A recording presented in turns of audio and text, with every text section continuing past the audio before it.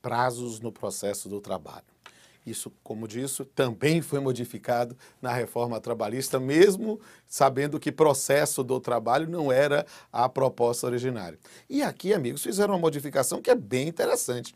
Por quê? Porque, como todos sabem, o Código de Processo Civil modificou a disciplina dos prazos e os prazos passaram a ser contados em dias úteis. O TST, porém, na Instrução Normativa número 39, disse que isso não era aplicável ao processo do trabalho. Por quê? Porque o artigo 775 da CLT, no seu texto originário, mandava contar em dias corridos, ou seja, tínhamos regra própria e a regra do CPC não seria aplicável. Confesso aos senhores, com pureza d'alma, que eu intimamente não concordava com o TST. Por quê? Porque a CLT previa em dias corridos, porque o próprio CPC previa dessa forma, ou seja, não era uma peculiaridade da legislação processual trabalhista, era simplesmente uma circunstância de termos uma forma única de contagem de prazo. Modificou essa forma, preservando-se, prestigiando-se a advocacia, né? E o TST entendeu que isso não era aplicável.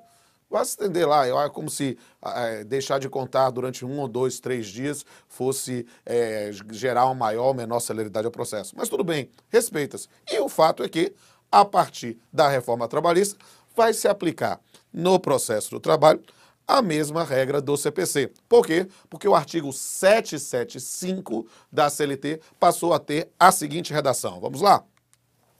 Os prazos estabelecidos nesse título serão contados em dias úteis, com a exclusão do dia do começo e inclusão do dia do vencimento. Parágrafo 1º.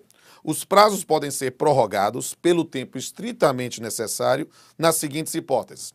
1. Quando o juízo entender necessário. 2. Em virtude de força maior devidamente comprovada.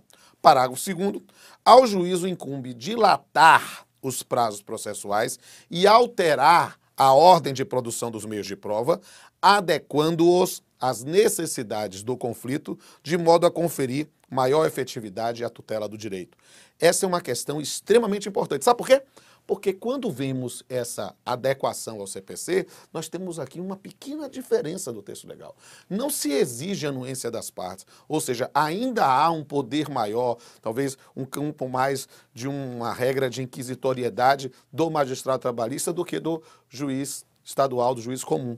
Por quê? Porque neste campo o juiz pode fazer essas alterações de acordo com o seu prudente arbítrio, com a sua disciplina. É claro que o juiz não vai ficar mudando prazo o tempo todo, não é mesmo? Mas a lógica é de verificar algum tipo de flexibilidade para a adequação das demandas.